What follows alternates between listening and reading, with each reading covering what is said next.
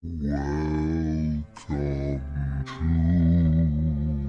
the 2021 Lane Flicks October Horror Fest. What's going on, guys? It's Kirk and Tommy with Lane Flicks Media. Yo, yo. We are here to talk about the 2007 horror anthology film Trick or Treat, written and directed by Michael Dougherty.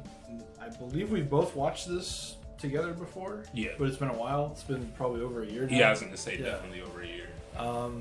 What are your thoughts? Just like quick little blurb. Just like all spoiler together. blurb, yeah. Yeah, I feel like it does a really good job of showing a lot of different monsters and like having the stories go together really well. And yeah, and especially like in the movie style, I think it's really good for sure. Hell yeah.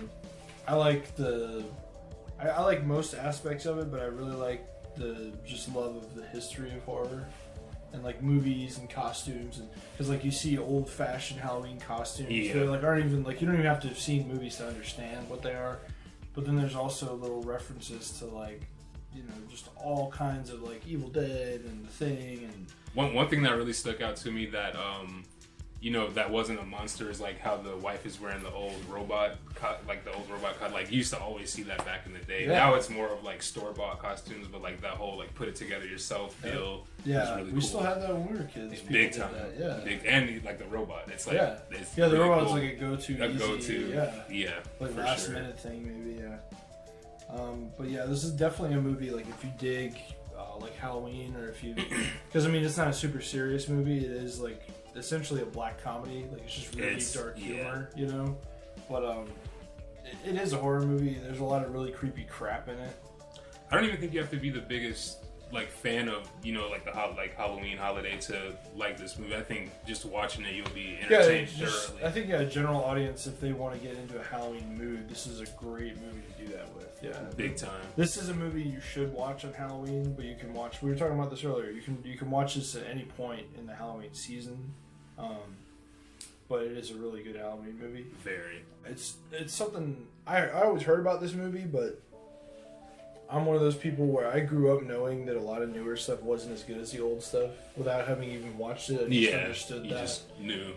And so I kind of wrote this off for years as like another, just like, oh, it's just a creepy kid, you know, another creepy kid movie. You know what I mean? It's another one of those. It's another like The Orphan, or like another like Stranger Things. Yeah. Like movie. Yeah. Like another where a kid is creepy. Yeah. I think after I saw Krampus, I was like, I want to see that because, you know, same director, blah blah blah, and the monster stuff in Krampus was really good. So yeah, solid director. Michael Dougherty just did Godzilla 2, which was really good. That was a fun movie.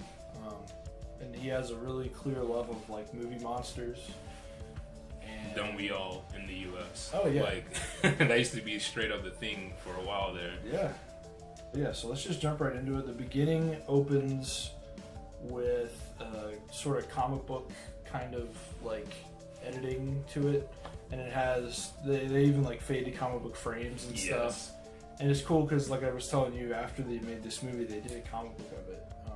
And I don't know how much of, I don't know if it's a different story, or I know, if I'm not mistaken, if I read right, the every, like, because it's anthology, there's different stories going on. Every story is like drawn by a different artist, I guess. Oh, sweet. Yeah, that's kind of interesting. That's pretty cool.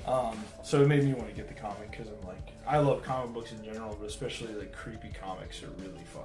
Like, so then we open with a group of young ladies, and they're getting into costume in a fitting room, and they're just kind of talking about like, why did we come out here? Like, why didn't we just, you know, stay close to home? Blah blah blah. And they talk about, like, it's funny, they make a line about fresh meat. Yeah. And they also make a note about an instance they were talking about, and the lady, or one of the chicks, mentions that she ate Mexican that day. Yeah. And you're like, okay. Yeah, it's like, alright. The way they word it is like almost off, but it's just like, okay, it sounds like conversation, whatever. Yeah. And then this lady comes up, she's like, there's children around here, you can't talk like that. Like, it's funny. They also make another really subtle joke where, I forgot what exactly happens, but it's like after I had Mexican, and the chick's like, Mexican, whatever, they all taste the same. Right. And I was like, oh. Yeah. Of course, though, when I first saw the movie, I I gotta say I did not expect. Well, you just thought it was sounded like a they were normal, talking about sex. Yeah, so like a raunchy conversation. Right, like, right, exactly. Yeah, I did not That's suspect. why the lady's like, "Excuse me." Yeah, like, and I think the lady even stopping it is even more of like, oh, it's just raunchy. Oh, they're just being sluts. You know. Like, yeah, whatever. And like I was saying, these like, what was it, 3 or 4 women? 4. Like, as to all my guys watching, they probably would have got all of us out there. These are some beautiful women. So Beautiful, beautiful werewolves. yeah, werewolf women, Spoilers. women. Yeah. But I'll put a spoiler thing at the beginning. Fuck you. okay, I was gonna say I didn't know we should. No, Okay. we're you know what? This is Lameflix Media. He said fucking Netflix. We get into the whole deal here, okay? We don't fuck around. We don't play around with, you know. We talk spoilers. This movie's been out for 14 fucking years now. We talk spoilers, bitches. By the way, what is the spoil limit? If you haven't seen a movie, when is it like? All right, I know, come on. yeah. Like when it? Yeah. I thought it was the first weekend. Okay, yeah. Like that's what I always thought. Yeah. Like, yeah. After like a month, it's like, dude. Right. It's like, all right.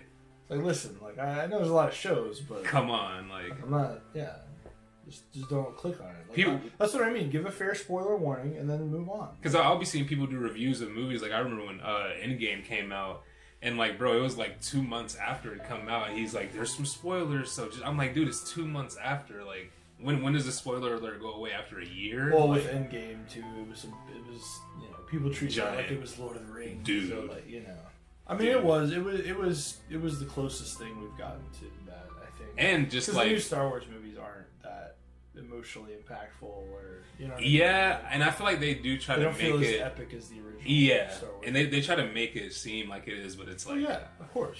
They have to try to make you feel that way. yeah, that's why they got Unless Luke the all- actors and the filmmaking are there, you're not gonna feel it. You know what I mean? I feel like that's why they had Luke all throughout it. So it's like, oh, it's connected to old Star Wars. It's like, yeah.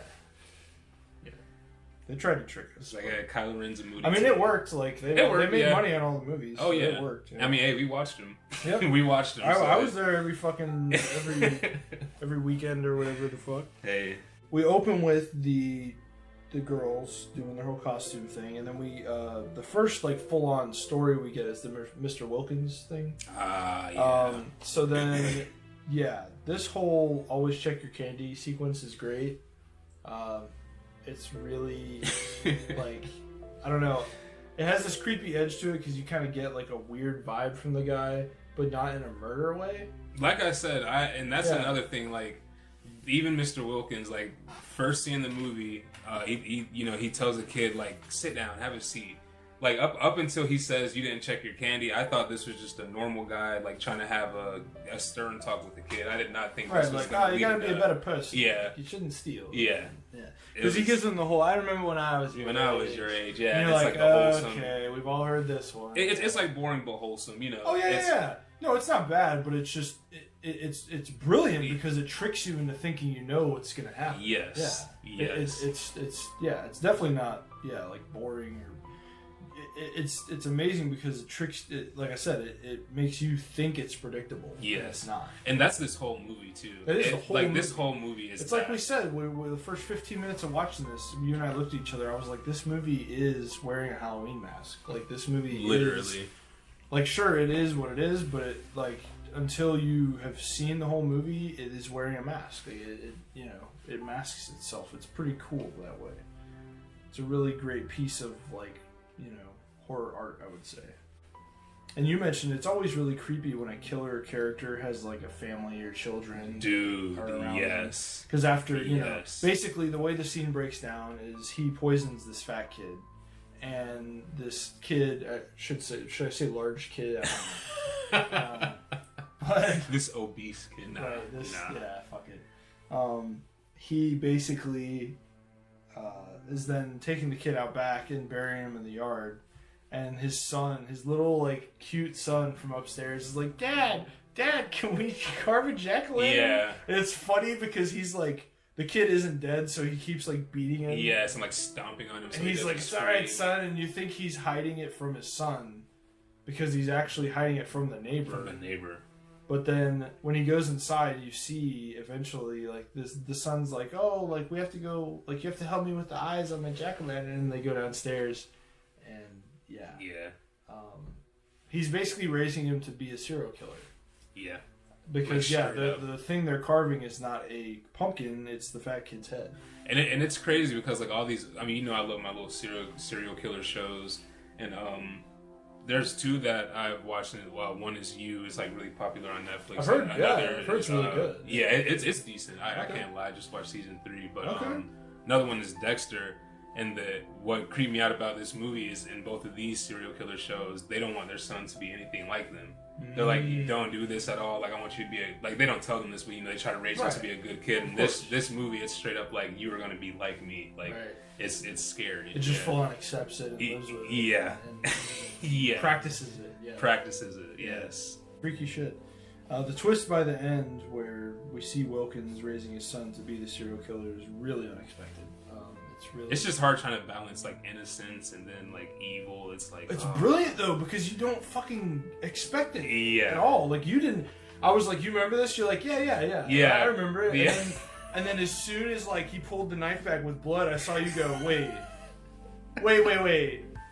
what? Something isn't connecting here. Yeah, like, it was great. There's some wires loose. It's so great, yeah. Because it's like you said, the whole movie, you think you know what's going to happen because you've seen horror movies or you've seen movies with similar, situations, and it just keeps subverting your expectation. But it always subverts your expectation in a way to like further the themes of the movie, or like it's never just like, aha, wasn't what you expect. Isn't that cool? Yeah, it's not doing it just to throw you off. Right. It's like it works. Yeah, right, for sure. So then the squad, the main like kids we're hanging out with for the beef of the movie.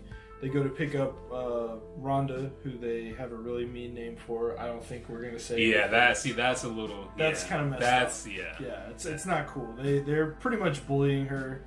And then like it turns to like, oh, we're actually friends, kind of towards the end. But it's like, well, I guess only the one guy. The one kid. Yeah, the one. The other kids don't really seem to give a shit about her. Yeah, which is sad, but we'll get to that. This is where Tommy said that Rhonda's voice sounded like Velma on Helium. Oh yeah, like literally. That was funny. Was her voice not unexpected? Like I mean, you expect like a it's kid's weird. voice. Yeah, it's weird. But it's like a weird voice. Yeah. She's too old. Yeah, to be having a voice she seems like she's 14, 15. Yeah. And she's talking like you said, like she's like 5 or 6. Like literally. So it's like, but I think it's because they said she's an idiot savant, so she has cut to the vampire disguised as makeout scene. So this guy just has this woman, and it's like, Halloween party in the streets in this town, like whatever. People are making out, but it's this weird guy, and he has this really intense vibe about him. Very intense. And then like I think he just like you see him pull away from her, and she sees the blood on her, right? Yeah. Right. She sees blood going down her arms, and you're like, what the hell? And he's a vampire. You think he's a vampire. Yeah, you think. Yeah. They really pull that off got that one, because I didn't even remember that till like halfway through the movie. I didn't remember until yeah. I keep trying not to. It's so hard not to just like give away the end. You know what I mean? Because everything ties up at the end. Right. So that's like, the thing about this movie is it's like, with another movie it would be okay to jump around and talk about the plot. But in this, it's like, I don't really want to. Yeah, it's like I gotta censor my big time. Because especially for people that, like, if you're watching this and you haven't watched the movie, go watch the movie. And then come back, because like obviously we can't do justice. It's a great movie, but it's like you said though, he like leeched her. It was like she didn't even notice she was being like bitten into. The guy just kind of backs up, and she's just like, she just looks down and she's like, what the fuck? Like, it's like someone dripped blood on her. Yeah, is how she's thinking, and then she just starts screaming. She's like, what the fuck? And then you see that she's he leaves her like dead, like sitting against the building. But it just looks like it could A, be Halloween decoration, or B, just be a drunk person. A drunk person, yeah. So like whatever, and it's Halloween night. And it's really sad, because that just goes to show how like lax we are as a society about shit like that.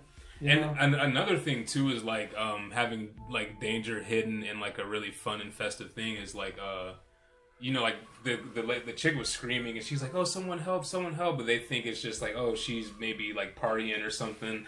But I remember she's just super drunk. Yeah, she's just super drunk or something. Could be X amount of things. Yeah. So I don't know if I ever told you this. One time we were at a fair, right, and it was like me, my dad, and my brother. It was Blair. So we were on the Fireball roller coaster, right? And we're like on the thing, and Blair, like his seat comes open, and he's like hanging out of the thing, and we're trying to yell at people and signal to everyone like, oh yo, this seat is open, but they think it's just a part of the ride. Literally. Damn. My dad's sitting there holding him, and like eventually they came down and were like, oh fuck, you know what I mean? Like eventually they noticed, but yeah, he was like almost not here with us. Damn. That was at like the fair that comes to our town, bro. Like, isn't that? And that scene reminded me just of that because it's perfect. It's like no one knows if you're freaking out, if you're just having fun. It's like if you're just getting wild, you got your juices flowing or whatever. Chaos inside of chaos. It is insane. Terrifying. Yeah, that's terrifying. But I love that, like, just getting back to the vampire thing. I love that there's just, it's almost like there's like horror creatures in this town. Yes. Like before you realize what is actually going on, it just gives you this feeling of like, damn, like this is just kind of like a haunted town. Yeah, like this is like the meeting place of like, you know what I mean? It's like it's cool though. I like at the same that a lot. time. No, I like that a lot about it. It's cool. The main girl, which I don't even remember her name. I want to say Macy, but I feel like that was the like side friend, the blonde girl, the main blonde girl, the main, like the bully bitch, like the authority, bully bitch. We'll call her bully bitch. The bully bitch tells the group about the legend of the bus driver, and like this whole like terrible thing. It has a very like, I don't know if you've seen Nightmare on Elm Street 2. But Nightmare on Elm Street 2 has like a whole bus scene of like Freddy taking over, it's a bunch of crazy shit. But I think that was probably a reference to that. Okay. But then for whatever reason, anytime I see a bus in a field, I always get Fire Walk With Me vibes just from that opening shot. Yeah. Like, I don't know why, like it's burned into my brain now. They never explained it, so our minds are going to be always trying to figure out. Yeah. So there's, Nightmare on Elm Street 2 and Twin Peaks Fire Walk With Me. Two movies I did not think, maybe Nightmare on Elm Street 2, but not movies I would think I would be thinking of. You just get a sense here that this director, Michael Dougherty, is incredible at visual storytelling. Like, he is so good at, like, yes, you have this dialogue you're hearing, but there's also visual things going on that would be interesting in and of their own right without the sound. And he does really well at, like, telling you a lot of stories, and like you're not overwhelmed like at all. You're understanding, everything. It's like there's no part of this is confusing. You understand every bit of it. I don't know if maybe he put filters in it to like, because I know when you do that in comics, when you cut between stories going on, you like there's a thing a lot of artists will do where they have like different color themes of the whole, so that way it's easier to distinguish and everything. Exactly. So I don't know if they did that. I didn't catch that, but yeah, like there's no point where you're like, wait, what's going on? Who are these people? And maybe it's because of the costumes and like how visually distinct each character is. Gotcha. You know what I mean? Because that's an easy way to do it with like the fact that it's Halloween. Oh, everybody's in costumes. Everyone's So like you don't have to remember the characters. You remember the costumes. You remember like who that's they're true. dressed up as. Yeah, because like you were like how you were like, what's the one chick's name? We're gonna call her Bully Bitch. I was trying to remember the chubby kid's name that's like dressed as a pirate, but I'm just gonna be like, Pirate Boy. Yeah. Okay. So now we start cutting between the chicks that we've been following going to this Halloween bonfire, and then the kids kind of back and forth. And Rhonda, the one kid they should be more welcoming to and like nice to and trying to like include her more. They're really mean to. Pranking. It's pretty messed up. She gets really upset. And it's really drawn out too, like to the point to where you think she's gonna die. Like it's like a horror scene, but then immediately she falls, and then you hear the kid go, "Oh shit!" and you're like, "Wait, what?" Even after she knows it's not real anymore, like her just sitting there like bawling is like, oh. It was sad, and the little actress does a good job. Oh, big time, yeah. All the kid actors. All of them, It felt like real chemistry between them. It wasn't like, this is kind of cheesy. Maybe we just didn't hear the character names enough. Maybe that's what it was. Maybe. This Rogue from the X-Men, who was the main... Oh, did you not realize that's who that was? Bro, the entire movie, I'm like, why does this chick look so familiar? It's Rogue, bro. And it's literally fucking Rogue from X-Men. Anna Paquin? I don't know how you say her last name. That is crazy, bro. Like, oh, man. Good actress. She was in True Blood, which was like a vampire show. I always hear about that. Like, I always hear about True Blood. Of all people that have watched that show that I know, my fucking grandparents, my like 70-something-year-old grandparents have watched that show. It was a good show. Hey, you could understand why they like it, though. You know what I mean? It's like... It's just like sex and vampires, I've heard. Oh, is it? Like, okay. It cracked me up about it. I'm like, what the fuck? Hey. I was just gonna say, because like, you know, our grandparents and parents are into that. I mean, we are too, but they're into that like monster, like mythology shit a lot, because that was showed a lot. Yeah, my dad, even though he's not into horror, he's a big Godzilla guy. Yeah, so, fuck yes, dude. Yeah, for sure. Gojira. It's not racist, by the way. So it's not. No, it's how they say it. It's how they say it. Fucking say it. So then, yeah, they're in this ravine when they're pranking Rhonda, and the ravine ends up being the place where the bus was, which is like really creepy. And I'm like, why the fuck would they have left this bus there for 30 years? Or whatever? Yeah, I didn't really understand that. Like, what had the water just receded or something, or I mean, I guess it doesn't matter. Yeah, I mean, I know towns will move water around and stuff. True. Depending on, but like, why wouldn't you move a bus? And like such a tragic story. The bus was straight up like sticking out of the. The bus was ground. just how like, it was. The bus was, you know, there was like, probably little skeletons. In there too. Still in there. You know what I mean? Like, it was like they hadn't fucking touched it. You want to see a dead body? Yeah. Literally, like. You want to see something cool? Schrader, that's his name. Schrader, the older, cooler boy of the group, stays with Rhonda. And the other kids go off. They start to, I guess they're leaving or something. Yeah, they were trying to. They're like, whatever, we're gonna go do our own thing. Because he was like, we're gonna leave. And then, yeah, you just start hearing them getting off one by one. Yeah. And then Schrader's like, not again, because he thinks they're just gonna do another prank because they've set that up now. So, yeah, basically, I think he goes off too, right? He's like, what are you guys doing? Yeah. And then he's like, stay here. Yeah. Which is fucked up, because it's like, well, at least he was being nice, but Sam's like, fuck it. Yeah. You're mean to her for a second. For a second, yeah. Hey. Yep. Sam's absolute. Yep. It's black and white. It's black and white with Sam. He does not fuck off. So they were murdered by these weird zombies that... Yeah. I didn't fully get that, because, like, I mean, it felt like an obvious Creep Show reference. I don't know if you've seen Creep Show. I haven't seen it. It's a really cheesy but fun 80s like zombie. I mean, it's another anthology movie like this. There's different stuff in it, but they seemed like they were adults. They weren't like kid zombies. So I don't know if you know what I'm saying. Like at the end, the kid zombies show up. So it's like, what zombies were those? I don't know if they were just maybe like the dead people of the town. Yeah, because there was like a lot of them too. Yeah. Like, because I was trying to count and be like, maybe there's just 8 zombies, but nah, they were like Walking Dead. That shit. It was like crazy. No, there were like at least, I don't know, a half dozen. 10 of them. Yeah. And we then have Rhonda and Sam in a little moment there where we kind of think about how they're kindred spirits, that they have like a similar outsider look at things. I was gonna say like maybe it might be, you know, just like reaching, but maybe they're like related or something. Like, what if that's Rhonda's big brother? It could be like the original Halloween 2 where they had Laurie's Michael's brother. Yeah. That could have been a little like nod. Yeah. Because it was like a little. This has a lot of Halloween like nods to it. So then, but then by this point, this is where we kind of talked about it. We stopped and thought about it for a sec. That Sam isn't just like Michael Myers. He's not like an aimless like killing machine. Nah. He has an agenda, and he wants Halloween to be preserved essentially. Which is really, I think, a really cute, like, fun idea for like a little movie monster. You know, like this kid that just wants Halloween to be Halloween. You know, I said, this he did kind of decide to off a woman after like she blew out one jack-o'-lantern, and my man looked at his lollipop and was like, "All right, we're doing this." Yeah, she's dying. Like. She's done. I don't know why that's like the craziest thing to me. Like that little shot of him looking down at the lollipop. Like, funniest. You just know it was over, bro. Like because you've seen the scene. It's really brilliant. Like it's really, really, really. It's almost like a Pulp Fiction of horror. Yeah, it's like this is. Like if he made Pulp Fiction into like, you know, Creep Show. That's what this is. It's so funny because just the concept of that is kind of like how we were talking about Drag Me to Hell, how the gypsy lady's like, oh, you're not going to help me with rent? Cursed. You know what I'm saying? It's like literally like... Yeah.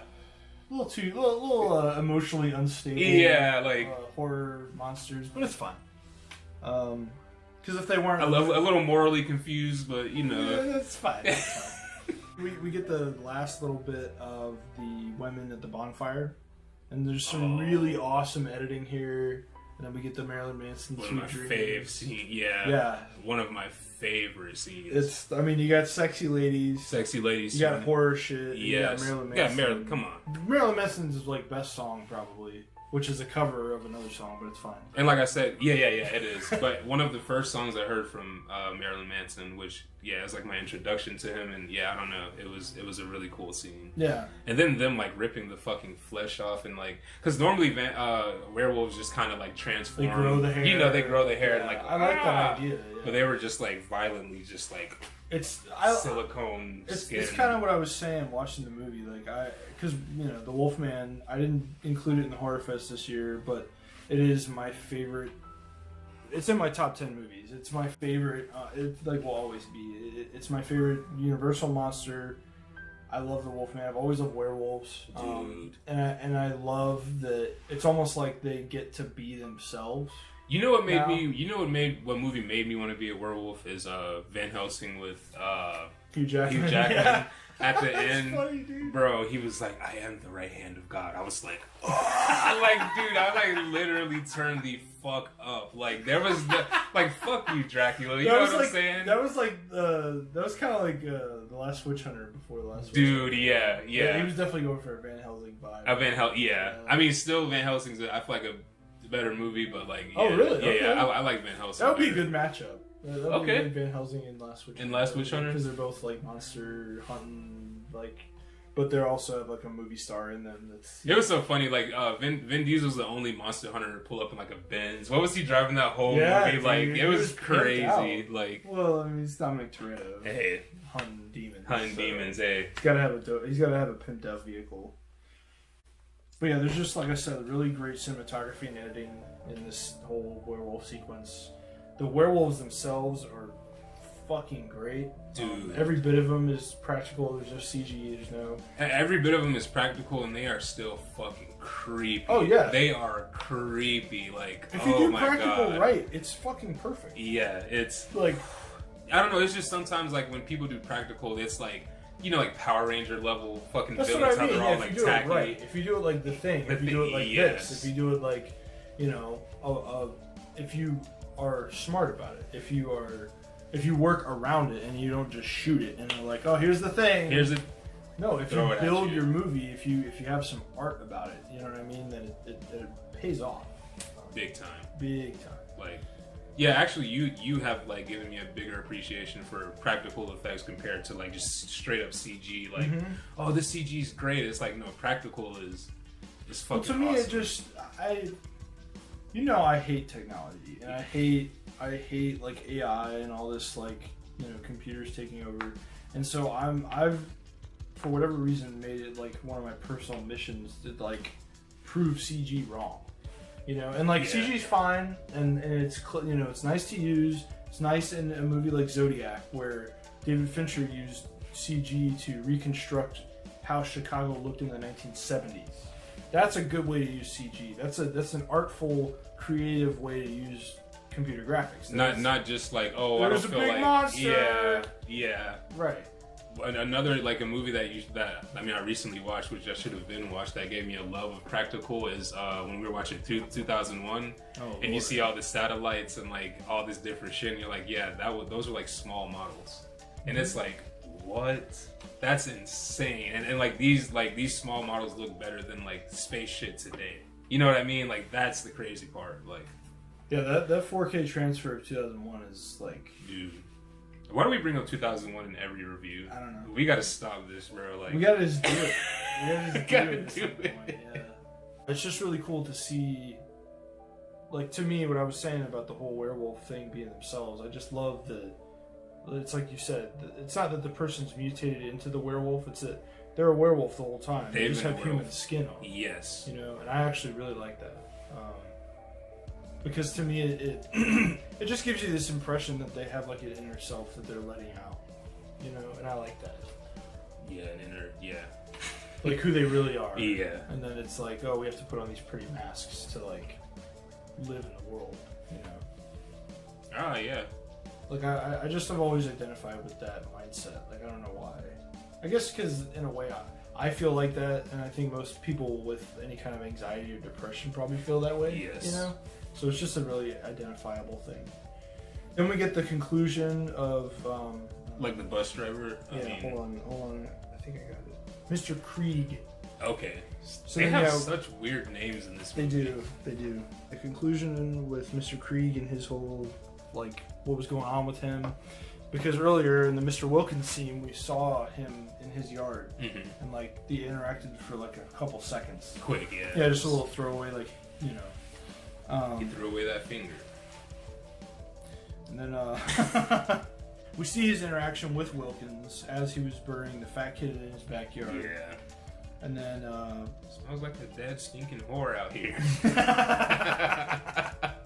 Yeah, this is a really good movie, yeah. It's an entertaining ass movie. For sure. It's sad that it didn't become bigger when it came out. How did it do when it came out? It flopped? Oh, man. I'm pretty sure they lost money, yeah. Which is crazy that he was able to go on and do Krampus, because, like, he didn't make money with that, but I think he did. Well, no, he did Krampus with Legendary. I don't remember if it was. I think it was Universal, not Warner Bros. Maybe that's how. I love when he's back in the house and the jack-o'-lantern he has carved, just like a fucking huge fire comes out of it, and you see the whole room is written in blood. The whole trick or treat.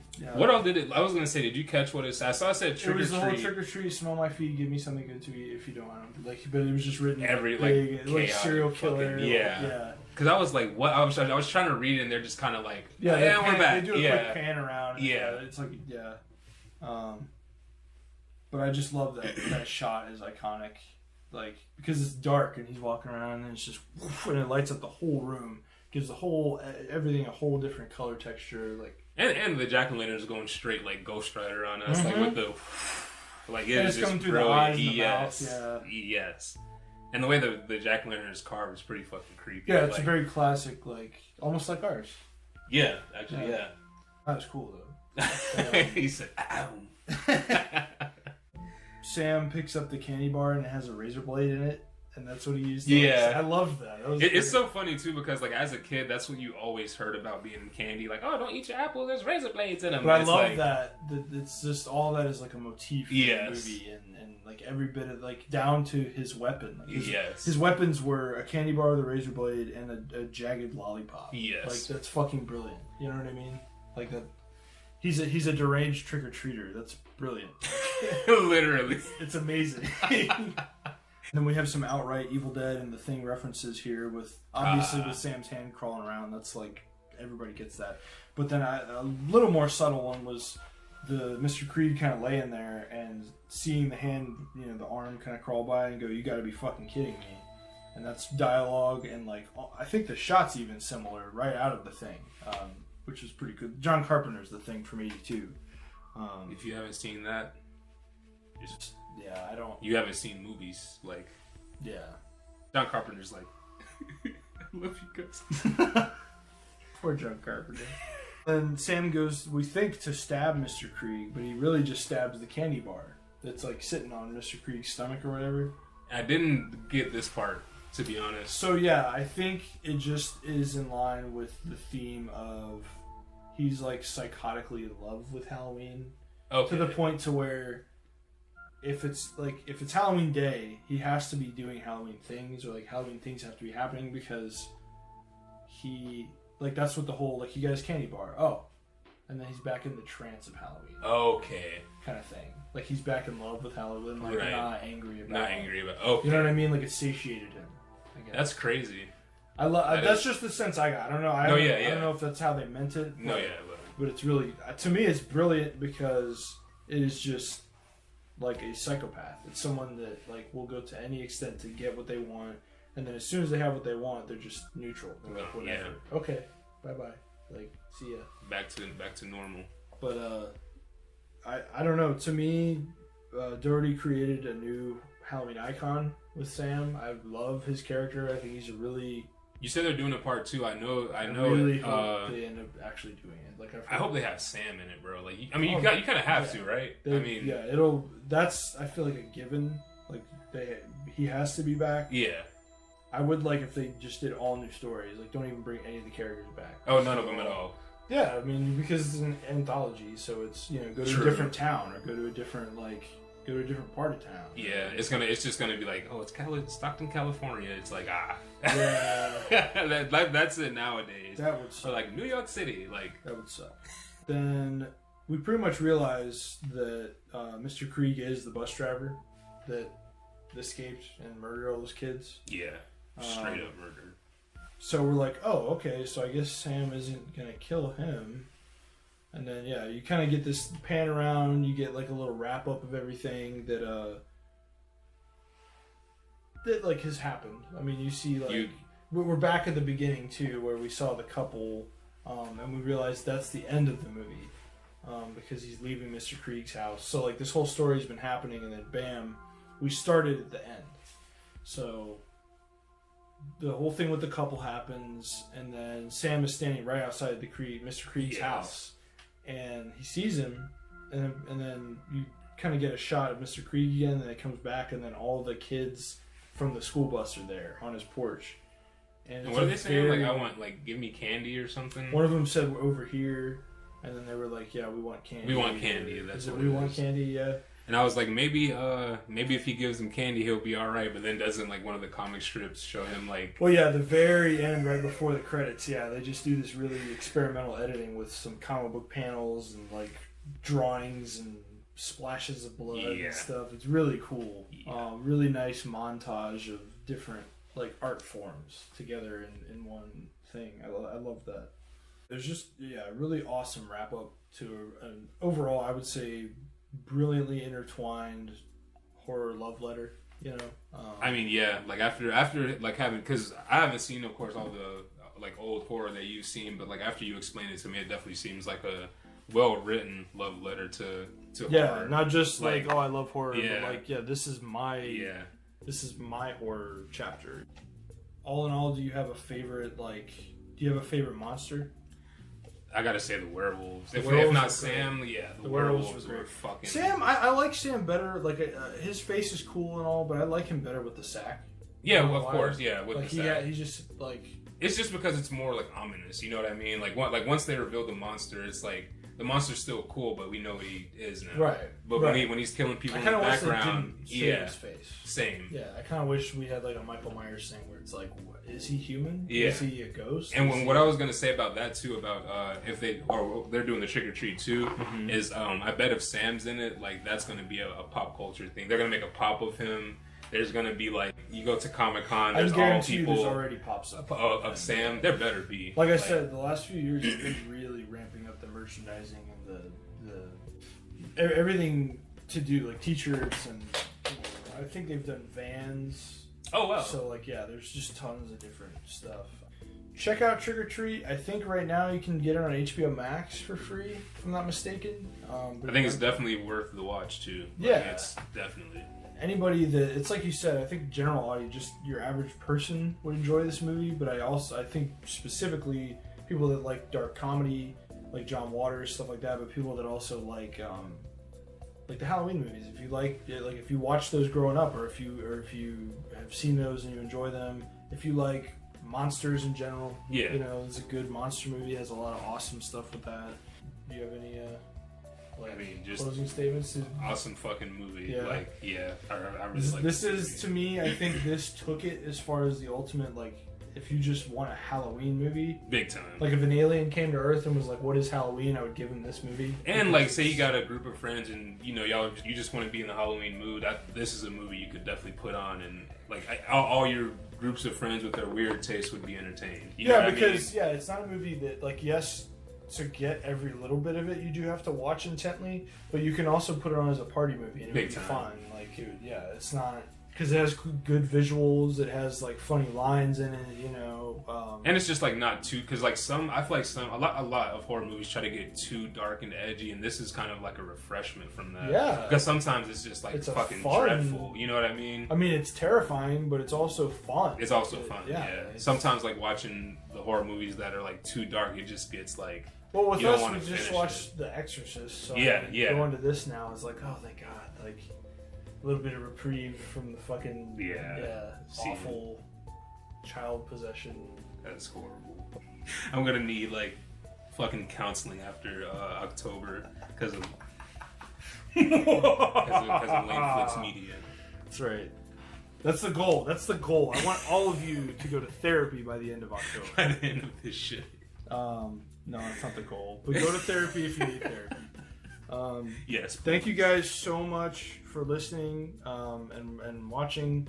I think the last one we're going to do is Critters and Monster Squad. That's going to be a double feature. We're doing that soon. That'll be out on Halloween. Hope you guys enjoyed listening. Go watch the movie. I hope you had already watched the movie listening to this, but if you haven't, go watch it. And let us know what you think. Comment if you guys have any movies you think are the best Halloween movies. If you think do a better job of setting the mood. And let us know if we screwed anything up, obviously, because it's the internet. And I hope you guys have a good day. Thanks so much.